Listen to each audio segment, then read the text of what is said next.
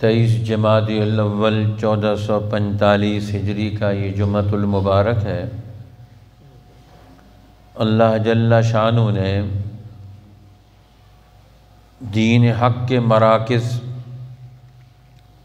مکہ مکرمہ میں بیت اللہ الحرام، مسجد الحرام، مدینۃ الرسول میں مسجد نبوی، بیت المقدس شہر میں القدس شہر میں بیت المقدس، اور پھر ان مراکز مقدسہ کے اثرات جو دنیا میں موجود ہیں مساجد کی شکل میں، یہ ایک پورا بہت بڑا عظیم ترین سلسلہ ہے۔ حری صاحب دروازہ بند کر دیں یہ بنا۔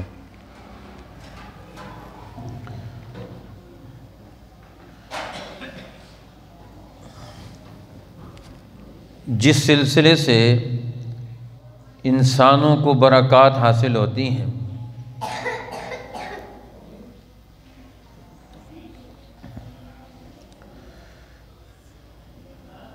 انسانوں کو ذہنی اور روحانی ترقی ملتی ہے۔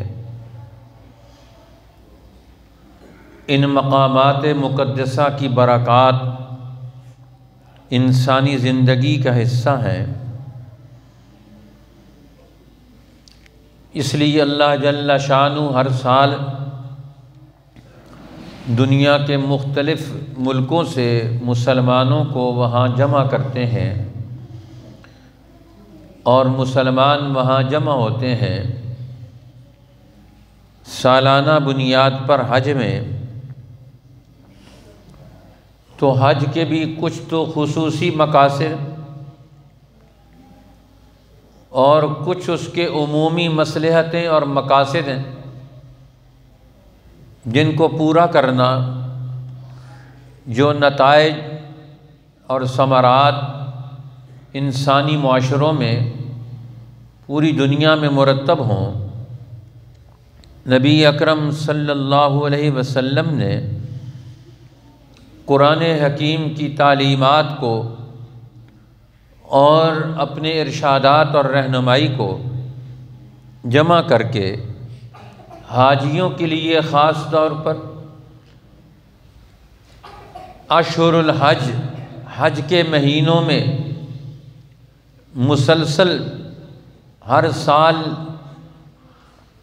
لوگ اس تربیتی نظام کا حصہ بنے، ہر قوم سے، ہر قوم میں واپس خیر کی اور بھلائی کی باتیں پہنچیں، دین حق کا پیغام پہنچے، اس کے ارادے اور جذبے اور ولولے لوگوں میں پیدا ہوں۔ اس لیے حج کے اور مشاعر مقدسہ میں حاضری کے بڑے مقاصد قرآن حکیم واضح کرتا ہے، بیان کرتا ہے۔ فرمایا جو حج پر جائے گا فمن فرض فیہن الحج، جس آدمی نے ان مہینوں میں حج کے فرض کی ادائیگی کے لیے عزم کر لیا، اس عمل میں وہ داخل ہو گیا، تو اب وہ ذمہ داریوں کا مظاہرہ کرے گا۔ وہ ایک ذمہ دار فرد کے طور پر وہ وہاں قدم رکھے گا اور اپنی زندگی کے خوبصورت ترین ادائیں اور کردار جو اس کی زندگی کا حاصل بن جائے وہ وہاں اختیار کرے گا، ان اداؤں کو، اس طریقہ کار کو۔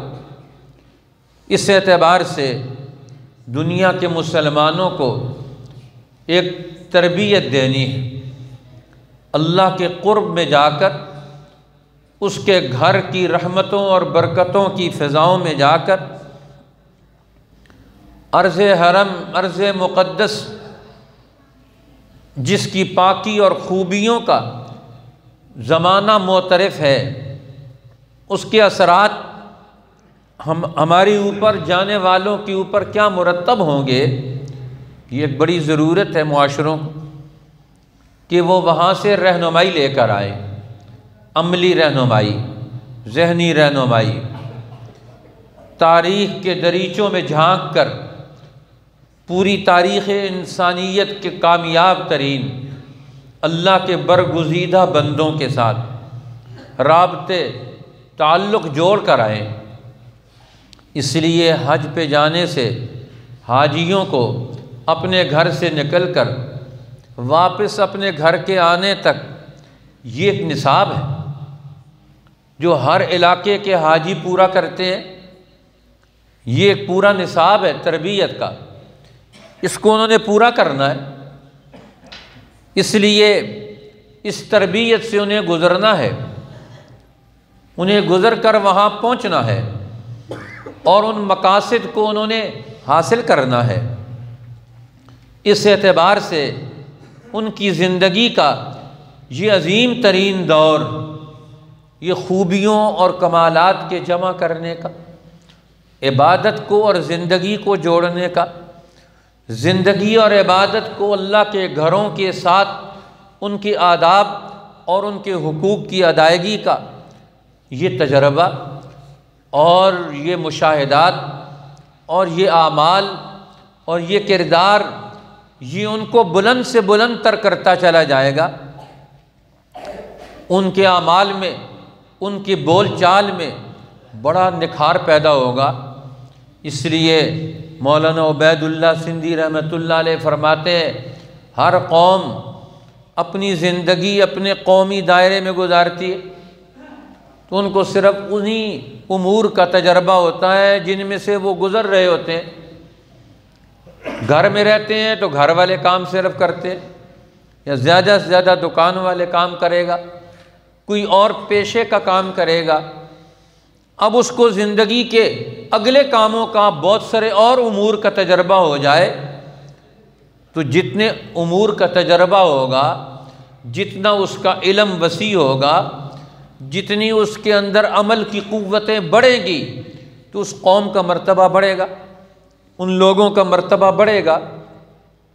اس لیے قومی دائرے سے نکل کر بین الاقوامی دائرے میں انہیں داخل کیا جاتا ہے حج کے موقع پر کہ پوری دنیا کے مسلمان بین الاقوامی حالات سے گزریں، دنیا کی دوسرے قوموں کا مطالعہ کریں، دنیا کے دوسرے مذاہب ان کے قریب سے گزریں اور ان کا مطالعہ کریں، دنیا کے بڑے بڑے تجارتی نوعیتوں سے وہ گزریں گے، راستوں سے گزرتے ہوئے وہاں پہنچیں گے تو انہیں بین الاقوامی سطح کے مشاہدات حاصل ہوں گے اور کل انسانیت کی ترقی کا ذہن ان کا وجود میں آئے گا۔ یہ چھوٹا ذہن ختم ہوگا۔ یہ چھوٹا ذہن جو ہوتا ہے یہ بڑی خرابیاں پیدا کرتا ہے۔ اس لیے آج ہمارے ذہن چھوٹے ہو گئے، اور چھوٹا ذہن جو ہوتا ہے اس کی قوتیں بھی چھوٹی ہوتی ہیں، اس کے ارادے بھی چھوٹے ہی ہوتے ہیں۔ اس لیے پرانے لوگ، اللہ والے بھی اور پرانے لوگ مثال دے کر سمجھائے تھے کہ ایک مینڈک کنویں میں رہتا تھا، کسی حادثے کی وجہ سے کنویں کی مینڈک کا وہاں اس کو ملاقات ہو گئی سمندر کے مینڈک سے جو سمندر میں رہتا تھا۔ اب دونوں میں مکالمہ شروع ہو گیا۔ اس کو پوچھتا ہے تو کہاں رہتا ہے؟ وہ کہنے لگا میں تو سمندر میں رہتا ہوں۔ وہ کہتا ہے سمندر جو ہے وہ تیرا سمندر کتنا بڑا ہے جس میں تو رہتا ہے؟ اس نے اپنے کنویں کے اندر چھوٹی سی چھلانگ لگائی۔ تیرا سمندر اتنا بڑا ہے؟ اس نے کہا نہیں، اس سے بھی بڑا ہے۔ پھر کنویں کے مینڈک نے اور بڑی چھلانگ لگائی، تھوڑی سی اور، تیرا سمندر اتنا بڑا ہے؟ اس نے کہا نہیں، اس سے بھی بڑا ہے۔ پھر اس نے کہا اچھا، وہ ایک کنویں کی دیوار سے دوسرے کنویں کی دیوار تک چھلانگ لگائی۔ اس کو کہتا ہے تیرا سمندر اس سے اتنا بڑا ہے؟ وہ کہنے لگا نہیں، اس سے بھی بہت بڑا ہے۔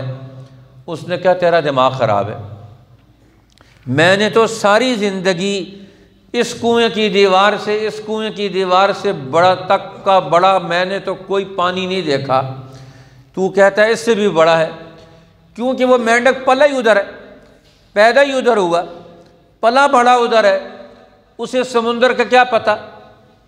اب وہ کہتا ہے کہ تو جھوٹ بولتا ہے کہ اتنا بڑا سمندر تو ہو ہی نہیں سکتا ہے اس سے بڑا، وہ کنویں کا مینڈک ہے۔ اس کا مطالعہ، اس کا دماغ، اس کے سوچنے کا انداز، اس کے ورکنگ کا کام کرنے کا طریقہ کار، وہ صرف چھوٹے سے دائرے میں آ گیا۔ اب قرآن یہ تو کائناتوں پر حاوی کتاب ہے، اللہ تو رب العالمین ہے جس پر ہم ایمان رکھتے ہیں، اور ہمارے پیغمبر قیامت تک کے آنے والے انسانوں کے رہنما ہیں۔ پوری دنیا انسانیت کو ترقی دینے کے لیے، ان کو مسائل حل کرنے کے لیے، ان کو بیماریوں سے، پریشانیوں سے، اخلاق کے خرابیوں اور فساد سے نکالنے کے لیے آئے، دنیا کی ہر قوم کو اور قیامت تک کی اقوام کو۔ اور آپ کے ماننے والے فرقوں میں بند ہو جائیں، خول میں بند ہو جائیں، کنووں میں بند ہو جائیں، اپنے اپنے گھروندوں میں بند ہو جائیں، ان کے ذہن چھوڑ بے شک رہیں گھر کے اندر، لیکن ذہن تو ان کا آفاقی ہو۔ اس لیے اللہ تعالیٰ ان کے اندر آفاقیت پیدا کرتے، وسعت پیدا کرتے ہیں، ان کے ذہنوں میں بلندی پیدا کرتے ہیں، عظمت پیدا کرتے ہیں۔ تو اس لیے یہ حج کا یہ سفر یہ انسانوں کے ذہنوں کو چھوٹے پن سے نکالتا ہے، ان کو بڑا بناتا ہے، ان کو وسعت دیتا ہے، ان کے دائرے چھوٹے چھوٹے جو دائرے خود بنا کے رکھے ہوئے انہوں نے، ان سے نکل کر بھی ذرا زندگی کا تجربہ کریں، ان کو پتہ چل جائے کہ زندگی کا یہاں تجربہ کیسے کرنا ہے، اور اس تجربے میں وہ خلاف ورزی نہ کریں، غلطی نہ کریں۔ اگر گھر کا ماحول صحیح ہو تو انسان اپنے گھر کے اندر بھی انہی کا اصولوں کی بنیاد پر کام کرے گا، محلے میں، دکان پر، جب بازار میں جائے گا تو وہاں بھی اسی اصول پر کام کرے گا۔ اس کے ذہن میں بلندی ہوگی تو پھر اس سے آگے نکل کر اس کی عملی قوتیں اس میدان میں بڑھتی چلی جائیں گی۔ اب وہ صرف وہ نہیں رہے گا، ذہن بلند ہو جائے گا۔ اب نبی اکرم صلی اللہ علیہ وسلم نے اپنی جماعت کو قرآن حکیم کا مطالعہ کروایا، اللہ کی قدرتوں اور مشاہدات کا مطالعہ کروایا۔ اس لیے عرب اور قریش کے لوگوں کو یہ بڑا تجربہ تھا۔ اس دور میں دنیا کی ساری قوموں سے ان کی انٹریکشن ہوتی ہے، وہ خود بھی وہاں جاتے ہیں، سفر کرتے ہیں، دنیا کا سفر کرتے تھے۔ قریش پوری دنیا کے قوموں میں جاتے تھے، اور پھر قومیں بھی ان کے پاس آتی تھیں، ان کو بڑے تجربات حاصل تھے، لیکن ان تجربات کے نتائج وہ بھی غلط نکال رہے تھے۔ تو اللہ کے رسول آگے کہ نہیں، اب تمہارے اس ساری زندگی کا نتیجہ صحیح نکلنا چاہیے، اور صحیح نتائج کو قرآن حکیم نے 3 چیزوں میں جمع کر دیا کہ زندگی کے صحیح نتائج کیا ہوتے ہیں۔ یہ 3 چیزیں تمہارے اندر سے وجود میں آنی چاہیے، یہ 3 کام تم سے سرزد نہیں ہونے چاہیے۔ یہ تمہارا ذہن بن جائے حج پہ جانے والے کا، عرض حرم میں جانے والے کا، فَمَنْ فَرَضَ فِيهِنَّ الْحَجَّ فَلَا رَفَثَ۔ اب وہ وہاں جا کر کیا کرے گا؟ وہ اپنی زندگی کی خواہشات، اپنے ذاتی تقاضے، اپنے جنسی تقاضے، ان کو پورا کرنے کے لیے وہ شریعت کا دائرہ کار، طے کردہ اصول، اوقات، ان کا خیال رکھے گا۔ وہ بے حیائی کا کام نہیں کرے گا، بے حجاب نہیں ہوگا، کسی رفث میں مبتلا نہیں ہوگا۔ اب گھر میں تو اسے اجازت ہے، وہ اپنے گھر والوں کے ساتھ کپڑے اتار کر وہ کپڑے اتار سکتا ہے، بے حجاب ہو سکتا ہے، لیکن احرام کی حالت میں اس پر بھی پابندی ہے۔ اب وہاں اپنے گھر، اپنے شہر، اپنے ملک، اپنے قوم کے قوانین احرام باندھنے کے بعد بدل جاتے ہیں، اب وہاں عالمگیر قوانین آ جاتے ہیں، اللہ کے دربار کی تاثیرات آنا شروع ہو جاتی ہیں، اللہ کے عظمت و جلال کی طرف توجہ منتقل ہو جائے۔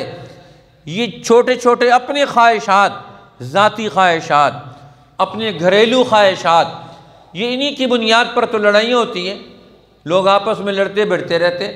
فرمایا ان سے نکلو، فلا رفث، اب تم نے بے حجاب نہیں ہونا، بے حیائی کا کوئی عمل اختیار نہیں کرنا۔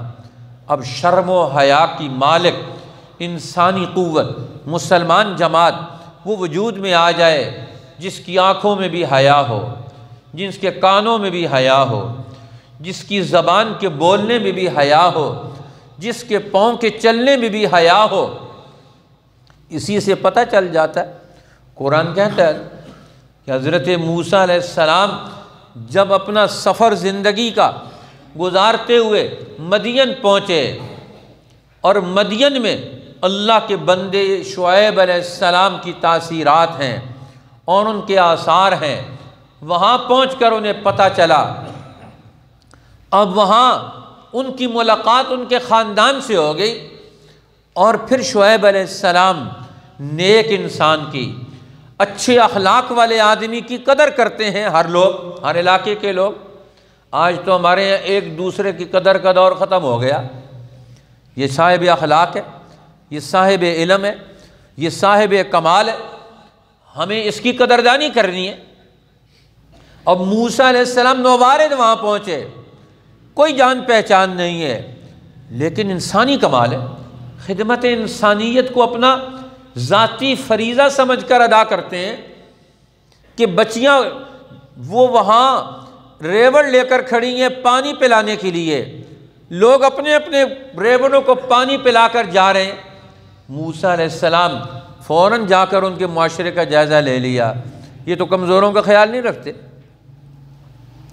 ان کے ہاں تو اپنے اپنے قوانین ہیں، خود غرضی ہے۔ تو ان کو کہتے ہیں کہ عورتیں بچیاں کھڑی ہیں اور تم پانی پلا کر جا رہے ہو، مرد لوگ، تم اپنے ہاں، تمہارے ہاں ویلیوز، اخلاق اور اقدار کوئی بھی نہیں۔ ان سے پوچھا کہ تم کیوں کھڑی ہو اور یہ پانی پلا کے جا رہے ہیں؟ تو کہنے لگی اِنَّا بَانَا شَيْخٌ کبیر، ہمارا باپ تو بہت بوڑھا ہے، بڑی عمر کا، تو چل پھر نہیں سکتا، زیادہ کام نہیں کر سکتا۔ یہ لوگ پانی پلاتے ہیں اپنے ریوڑ کو، تو بچا ہوا پانی پھر ہم اپنے ریوڑوں کو پلاتے ہیں، ان کا انتظار کرتے ہیں زندگی میں۔ اب جہاں کمزور لوگ اپنی زندگی کی ضرورتوں میں طاقتور لوگوں کا انتظار کریں، یہ معاشرہ تو صحیح نہیں ہے۔ ان کے یہاں تعاون کا تو پہلو نہیں ہے، وہ تو مجبوریوں کا دور گزار رہے ہیں، تعاون کا دور ہونا چاہیے تھا۔ یہ تو تعاون نہیں کرتے ایک دوسرے کا، یہ تو دوسروں کو مجبور بنا کے رکھتے ہیں۔ یہ اللہ کے بندے کہاں سے ہو گئے؟ یہ اللہ پر ایمان رکھنے والے کہاں سے ہو گئے جو دوسروں کو مجبور بنا کے رکھیں، دوسروں کی مجبوریوں سے فائدہ اٹھائے، دوسروں کی مجبوریوں سے اپنا مال بیچے؟ یہ اللہ کے بندے کہاں سے ہو گئے؟ موسیٰ علیہ السلام نے فوراً جائزہ لے لیا، فَسَقَىٰ لَهُمَا، اور اپنی قوت اور طاقت سے پھر انہوں نے وہ ڈول جس کو 10-15 آدمی کھینچتے تھے اکیلے، انہوں نے کہا تمہیں بہت شوق ہے خدمت کرنے کا، خود خدمت کرو۔ وہ بیٹھ گئے، موسیٰ علیہ السلام نے اکیلے ہی وہ ڈول جس کو 10 آدمی نکالتے تھے پانی نکال کر ان بچیوں کو پلایا۔ جاؤ، جہاں انسان موجود ہوتا ہے، مرد موجود ہو، جو انسان ہو، جو عالم ہو، جس کے اخلاق ہوں، جس کے اندر حیا کی قوت ہو، جس کے اندر علم کی قوت ہو، جو اخلاق کا مالک ہو، وہ تو دوسروں کا سہارا بنتا ہے، دوسروں کا معاون بنتا ہے، وہ خدمت گزاری میں اپنی عزت سمجھتا ہے، وہ شرم و حیا کو دیکھتا ہے، اس کی شرم و حیا بھی ہے۔ تو اب فَسَقَىٰ لَهُمَا ثُمَّ تَوَلَّىٰ إِلَى الظِّلِّ، ان کو پانی پلا کر سائے میں آ کر بیٹھ گئے۔ اب بچیاں گھر جلدی پہنچ گئیں، شعیب علیہ السلام نوٹس لیتے ہیں، بچے دیر سے پہنچے پھر بھی نوٹس لینا چاہیے، دیر جلدی آئیں تو پھر بھی نوٹس لیں، مسئلہ کیا ہے ان کا؟ ہماری اولاد کن حالات سے گزر رہی ہے؟ بیٹھے ہوئے گھر میں ہے لیکن نگاہ ساری ہے۔ آج ہم ہر جگہ ہیں، نگاہ کسی کی بھی نہیں ہے، کسی کو کچھ پتہ نہیں ہے ہم کدھر ہیں، ہمارے بچے کدھر ہیں، ہماری نسلیں کدھر ہیں، کون ان کو ٹریننگ دیتا ہے، کون تربیت دیتا ہے، کہاں کہاں سے گزرتے ہیں، کیا چیزیں ان پر اثر انداز ہوتی ہیں۔ یہ حج کا سفر آنکھیں بند کرنے والا نہیں، یہ آنکھیں کھولنے کا سفر ہے۔ قوموں کو دیکھو، حالات کو دیکھو، بازاروں کو دیکھو، لوگوں کی بول چال دیکھو، ان کا مزاج دیکھو، ان کی انسانیت کو ایمان کے ترازو پر تولو، انسانی اصولوں کے اخلاق پر انسانوں کا وزن کرو، تو ہمیں پتہ چل جائے انسانوں کا وزن کیا ہوتا ہے، اخلاق کا وزن کیا ہوتا ہے، عقل کا وزن کیا ہوتا ہے، عقل والے کام کون کرتے ہیں، اخلاق والی زندگی کون سی ہوتی ہے۔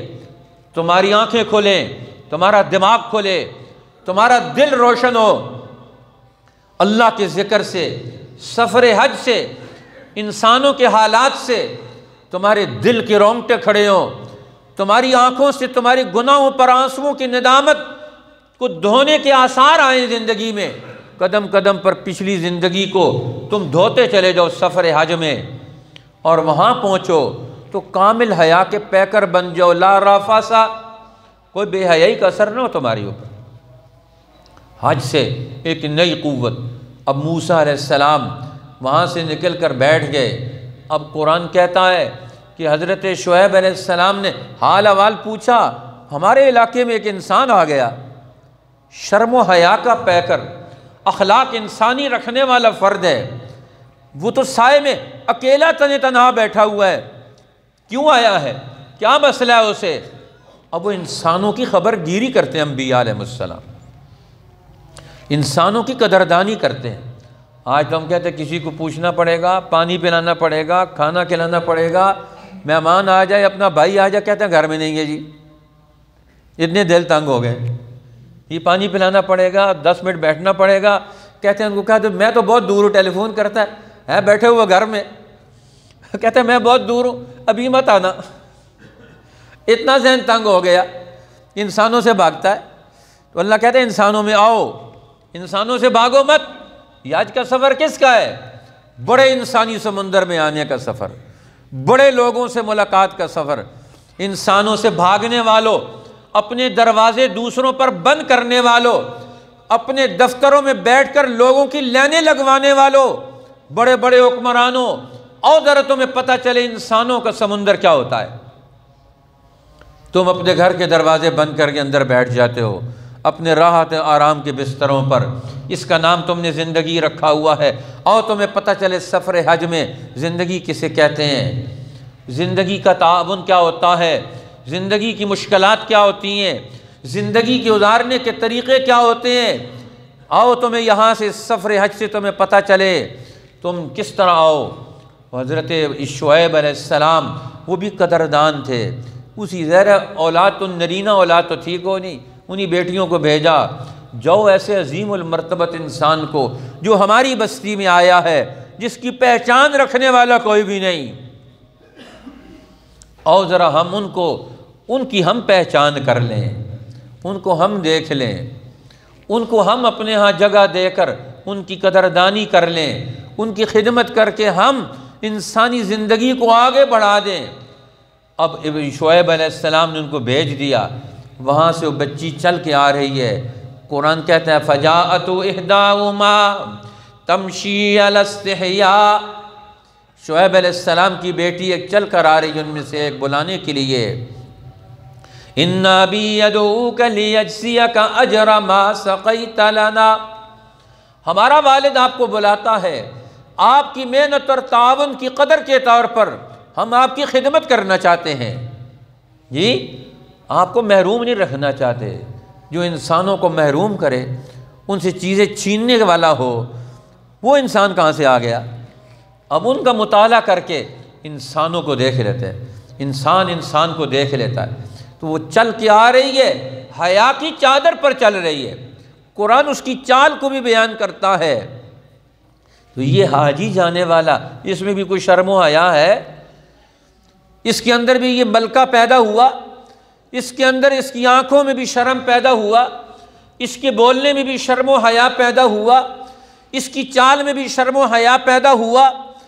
لا رفاسا، پہلی چیز قرآن کہتا ہے حج پہ جانے والا، حج کے ارادے سے نکلنے والا، یہ حج کے مقاصد پورے کرے گا، یہ بے حیائی سے نکلے گا۔ اس لیے حج پہ جانے والوں کا اللہ مطالعہ کرتا ہے، یہ میرے بندوں میں سے، پاکستان سے آنے والوں میں سے شرم و حیا والے کون کون سے ہیں؟ اللہ کہتے ہیں ذرا میں بھی تو دیکھ لوں میرے حرم کے باسی بھی تو دیکھ لے، میرے حرم میں اترنے والے وہ فرشتے جنہوں نے آدم علیہ السلام سے لے کر محمد الرسول اللہ تک لوگوں کو دیکھا ہے، جن فرشتوں نے ان کو بھی دیکھا ہے، ذرا وہ فرشتے بھی ان کو دیکھ لیں۔ یہ کیسے جا رہے ہیں، کیا نیتیں لے کر آ رہے ہیں، کیا ارادے لے کر آ رہے ہیں، کیا جذبے لے کر آ رہے ہیں، کیا عمل لے کر آ رہے ہیں، کہ انہوں نے کیا سیکھا ہے اپنی زندگی میں وہاں، ذرا ان کو یہاں بھی تو بلاؤ، یہاں آ کر ہمیں بھی بتائیں اللہ کے گھر میں۔ اب وہ فرشتے جو وہاں اترتے ہمارے گھر میں تو نہیں آتے، جو بیت اللہ میں اترتے، جو عرفات کے میدان میں اترتے وہ یہاں تو نہیں آتے، لیکن اللہ تعالیٰ ان کو مطالعہ کروا دیتا، ان کو بھی، لوگوں کو بھی، فرشتوں کو بھی، عرض حرم کو بھی پتہ چل جائے یہ کون سے لوگ آ رہے ہیں۔ اس لیے یہ انسانوں کی پرکھ ہوتی ہے اس سفر میں، قدم قدم پر انسان کی قیمت کا پتہ چلتا ہے۔ یہ بولتا ہے تو پتہ چل گیا یہ تو بہت بے قیمت انسان ہے، ایک لفظ سے پتہ چل جاتا ہے کہ اس کی قیمت کیا ہے، اس کی عظمت کیا ہے اس انسان کی۔ اس لیے جب حج پہ جائے گا سوچ سوچ کر بولے گا، سوچ سوچ کر قدم رکھے گا۔ اپنے گھر میں تو ویسے ہی سارے کام کرتا چلا جائے، اسے پتہ ہے بچے کیا کریں گے میرا، لیکن اسے پتہ ہے یہاں تو بہت سارے لوگ دیکھ رہے ہیں۔ اگر انسان ہے تو اس کے اوپر دباؤ تو آئے گا، یہ حق کا دباؤ وہ قبول کریں، عرش کا دباؤ وہ قبول کریں، بیت اللہ کا اثر وہ دباؤ ہمارے اوپر آئے، مسجد حرام کا دباؤ آئے کہ ہم مسجد حرام میں بیٹھے ہوئے ہیں، حرم میں آئے ہوئے ہیں، حرم کا دباؤ ہمارے اوپر آئے، ہم اپنی زندگی میں اس کا مطالعہ کریں تو اللہ تعالیٰ وہاں لے جاتے ہیں۔ اس لیے نئی قوتیں کھڑی ہوں، ایمان والی، حیا والی، اخلاق والے، ہر قوم کے اندر سے وہ لوگ کھڑے ہو جائیں، پھر جب اللہ کی نگاہ میں ان کی قیمت بن جائے تو یہ سفر حج انسان کو قیمتی بناتا ہے، یہ اس کو بڑا بناتا ہے، یہ اس کو باعظمت بناتا ہے۔ اللہ ہمیں اس سفر کی قدر نصیب کر دے۔ آج ہم ویسے ہی منہ اٹھا کر چل پڑتے ہیں، اللہ تعالیٰ ہمیں ان آثار اور ان تاثیرات کا ارادہ نصیب کر دے تاکہ ہمارا ہر جانے والا حاجی، اسی لیے تو جانے والے کو رخصت کرنے کا حکم دیا، پیچھے رہنے والے وہ نہیں جا سکتے تو وہ حاجیوں کو رخصت کریں تاکہ ان کے دل میں بھی امنگ پیدا ہو، جب حاجی واپس آئے تو اس کا استقبال بھی کریں، یہ برمصافحہ بھی کریں تاکہ ان کو بھی پتہ چلے کہ اس میں کیا تبدیلی آئی ہے۔ حاجی صاحب گئے تھے تو کیسے تھے، واپس آئے ہیں تو اب کیسے ہیں، کوئی بیت اللہ کا رنگ چڑھا کہ نہیں چڑھا، مسجد حرام اور مسجد نبوی کا رنگ چڑھا کہ نہیں چڑھا، حج کا رنگ آیا کہ نہیں آیا، مینا میں کام کیے ہیں، سارے اعمال کیے ان کا رنگ آیا کہ نہیں آیا۔ اب یہ رنگ آنا چاہیے، وہاں سے رنگ لے کر آئے، اثر لے کر آئے، وہ اثر کیا ہے وہ سیکھنا پڑتا ہے۔ اس لیے جن لوگوں نے حج نہیں کیا وہ بھی حج کا سفر سیکھیں، اللہ تعالیٰ میں اس کی توفیق عطا فرمائے۔ جن لوگوں کی نیتیں ہیں سال حج پہ سفر پہ جانے کے لیے، اللہ ان کے لیے آسانیاں نصیب فرمائے اور اس میں مشکلات ان کی دور ہو جائیں۔ اللہ تعالیٰ ہمیں دین حق کا، انسانوں کا اور مسجدوں کا، بیت اللہ کا، ان سارے مقامات متقدسہ کا میں قدردان بنائے۔ وآخر دعوانا